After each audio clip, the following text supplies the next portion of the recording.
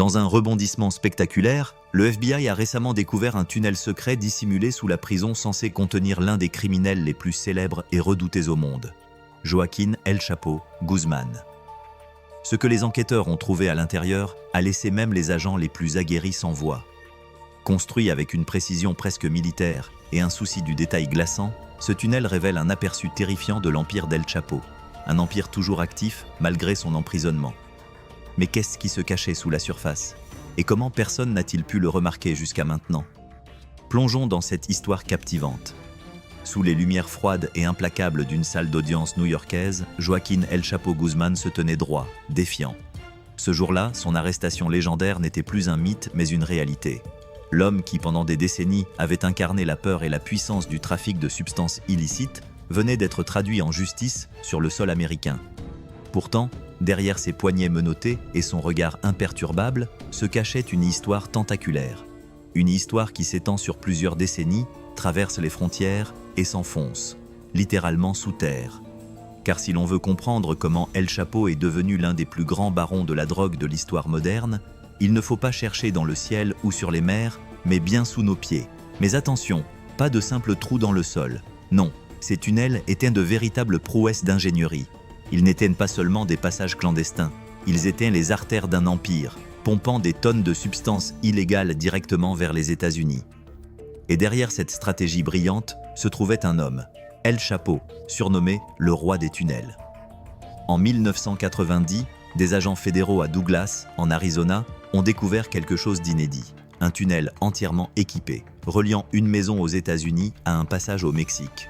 Ce tunnel mesurait 90 mètres de long, était équipé d'un système d'éclairage et possédait même un ascenseur hydraulique dissimulé sous le sol d'une maison modeste.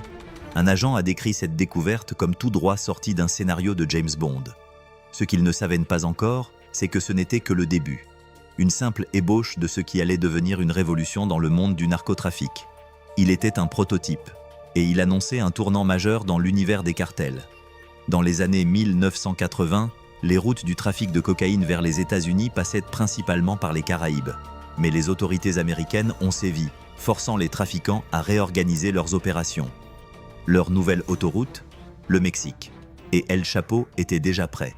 Basé dans la région de Sinaloa, considérée comme le cœur du narcotrafic mexicain, il avait accès aux cultures locales de marijuana et de pavot à opium, cultivés dans les montagnes de la Sierra Madre. Contrairement à d'autres substances importées d'Amérique du Sud, ces produits étaient récoltés sur son propre territoire. Mais transporter ces cargaisons volumineuses et odorantes à travers une frontière américaine lourdement surveillée nécessitait plus que des checkpoints corrompus ou des pots de vin. Cela demandait de la furtivité, de la précision et un génie en ingénierie. C'est là que les tunnels entrent en jeu. Contrairement à la cocaïne, la marijuana dégage une odeur forte et encombre rapidement les véhicules. Le transport terrestre augmentait donc le risque de détection. Mais grâce au tunnel, El Chapo pouvait expédier des tonnes de drogue sans éveiller les soupçons. Et en 2010, les résultats étaient sans appel. Le cartel de Sinaloa dominait la moitié ouest de la frontière entre les États-Unis et le Mexique. Un lieu en particulier est devenu le joyau de cette opération, Otay Mesa, une banlieue industrielle apparemment banale de San Diego. À première vue, Otay Mesa ressemblait à n'importe quelle autre zone industrielle, des usines, des entrepôts et beaucoup de bruit. Mais c'est précisément pour cela qu'El Chapo avait choisi cet endroit. L'activité constante masquait les sons des travaux de creusement et de construction. Situé à proximité de deux hubs de transport majeurs, San Diego et Tijuana, Otay Mesa permettait une dispersion rapide une fois les cargaisons passées. Mais le véritable atout se trouvait sous terre. Le sol de cette région était suffisamment meuble pour être creusé à la main, mais assez stable pour maintenir la structure des tunnels. Géologiquement, c'était un jackpot pour les contrebandiers. En novembre 2010, les agents ont découvert un autre tunnel du cartel de Sinaloa. À 21 mètres sous terre, il était équipé de lumière, d'un système de ventilation et même d'une voie ferrée. Sa construction avait duré des mois et coûté des millions. Mais une fois opérationnel, il était capable de faire passer des tonnes de drogue en une seule nuit. Et ce n'était pas un cas isolé. Chaque nouveau tunnel était plus élaboré que le précédent. L'un d'eux partait d'une salle de bain dans un bâtiment commercial. Un autre débutait derrière un ancien KFC abandonné en Arizona. Certains tunnels fonctionnaient à l'énergie solaire, d'autres étaient climatisés. Certains étaient si profonds que même les radars à pénétration de sol ne pouvaient les détecter. Les entrées étaient dissimulées sous des sols en béton, derrière des baignoires ou encore cachées par des murs factices. Ce n'était plus du trafic, c'était une guerre souterraine. Une partie d'échecs où El Chapo était toujours 3 coups d'avance. Même après l'arrestation d'El Chapo, son empire souterrain n'a pas disparu. Ses imitateurs et rivaux ont repris son manuel. Et la violence, elle a explosé. En 2018, le Mexique a connu son année la plus meurtrière, avec une guerre des cartels s'étendant dans tous les coins du pays. Même derrière les barreaux, El Chapo restait une figure omniprésente, un architecte du chaos, observant depuis sa cellule. Mais si les tunnels lui ont apporté pouvoir et prestige, ils ont aussi attiré l'attention. Les yeux des autorités, toujours plus nombreux, ont commencé à se tourner vers ces opérations clandestines. Et juste au moment où El Chapo pensait avoir maîtrisé l'art de l'évasion, c'est là que le FBI est intervenu. Mais comment les agents fédéraux ont-ils finalement percé le mystère des tactiques du plus insaisissable des barons de la drogue? Et qu'ont-ils découvert qui a tout changé? Dans le monde impitoyable des empires du narcotrafic, un nom domine tous les autres, Joaquín El Chapo Guzmán. Un homme tellement puissant et insaisissable qu'il est devenu l'ennemi public numéro 1 des États-Unis, un titre qui n'avait pas été utilisé depuis les jours d'Al Capone et John Dillinger. Mais contrairement aux gangsters des années 1920, El Chapo ne dirigeait pas ses opérations avec des mitraillettes ou des bars clandestins. Non, il utilisait des tunnels, des sous-marins et un empire mondial de substances illicites qui généraient des milliards de dollars. Pour la DEA et le département de la sécurité intérieure, capturer El Chapo représentait bien plus qu'une mission.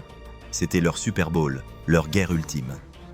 Derek Maltz, qui a dirigé la division des opérations spéciales de la DEA, le décrivait comme l'homme derrière un empire mondial s'étendant sur presque tous les continents. De l'Afrique à l'Asie, de l'Europe à l'Australie, El Chapo étendait le chaos et la mort, tout en amassant des milliards. Jim Dinkins, un autre haut responsable de la sécurité intérieure, l'a simplement qualifié de « monstre ». Ce monstre, cependant, n'agissait pas dans l'ombre des forêts ou des montagnes. Non, il était sur la liste Forbes des milliardaires, bâtissant une organisation criminelle aussi sophistiquée que n'importe quelle multinationale. En 2014, après des décennies de traque, les États-Unis et le Mexique ont décidé de mettre de côté leurs différends. Ils ont fusionné leurs forces, partagé leurs renseignements et élaboré une stratégie commune. Tout a commencé par une simple affaire de contrebande en Arizona. Une écoute téléphonique a permis aux agents de remonter jusqu'à l'un des hommes de confiance d'El Chapo. Ce fil conducteur a ouvert la voie à une enquête massive, reliant des téléphones, des satellites et des informateurs. Cela les a menés au cœur de Culiacán, la capitale de l'État de Sinaloa et le bastion d'El Chapo. En février 2014, les marines mexicains ont lancé une série de raids précis, saisissant 3 tonnes de méthamphétamine, des armes de guerre et même un pistolet incrusté de diamants gravé aux initiales de Guzmán. Mais El Chapo, fidèle à sa réputation, avait encore une longueur d'avance. Lors d'un raid, les Marines ont découvert une baignoire montée sur un système hydraulique qui dissimulait un tunnel menant aux égouts de la ville. Guzmán, pieds nus et en sous-vêtements, s'était échappé une fois de plus. Cependant, sa chance allait tourner. 2 ans après sa spectaculaire évasion de la prison d'Altiplano en 2015, les autorités ont retrouvé sa trace. Cette fois, son arrogance a été son plus grand ennemi. En janvier 2016, des renseignements indiquaient qu'El Chapo se cachait dans une maison à Los Mochis, une petite ville côtière. Les marines mexicains ont lancé une attaque à l'aube. Une fusillade intense a éclaté, mais Guzmán a de nouveau utilisé un tunnel pour tenter de fuir. Après avoir émergé des égouts, il a volé une voiture, puis une autre, mais sa cavale a pris fin lorsqu'il a été arrêté par la police fédérale. Cette fois, il n'y avait plus d'échappatoire. El Chapo a été extradé aux États-Unis, où il a été jugé et condamné à la prison à vie en 2019. Aujourd'hui, il est enfermé dans la prison fédérale de Supermax ADX Florence, dans les montagnes du Colorado, un lieu conçu pour briser même les esprits les plus endurcis. Dans cette forteresse, les évasions sont impossibles. Les cellules sont petites, insonorisées et conçues pour isoler totalement les détenus. El Chapo, qui a autrefois régné sur un empire mondial, passe désormais ses journées en silence, coupé du monde extérieur. Mais même derrière les barreaux, l'ombre d'El Chapo continue de planer. Ses tunnels, ses méthodes et son empire ont laissé une marque indélébile sur le monde du narcotrafic. Les cartels qui ont pris sa place utilisent encore les stratégies qu'il a perfectionnées. El Chapo était plus qu'un baron de la drogue. Il était un architecte de chaos, un innovateur du crime et une légende vivante, jusqu'à ce que l'inévitable chute survienne. Que pensez-vous de cette histoire incroyable ? Croyez-vous que d'autres figures comme El Chapo peuvent émerger ? Laissez un commentaire ci-dessous et dites-nous ce que vous en pensez. N'oubliez pas de liker et de vous abonner pour d'autres récits captivants. À bientôt pour une nouvelle plongée au cœur des histoires les plus incroyables.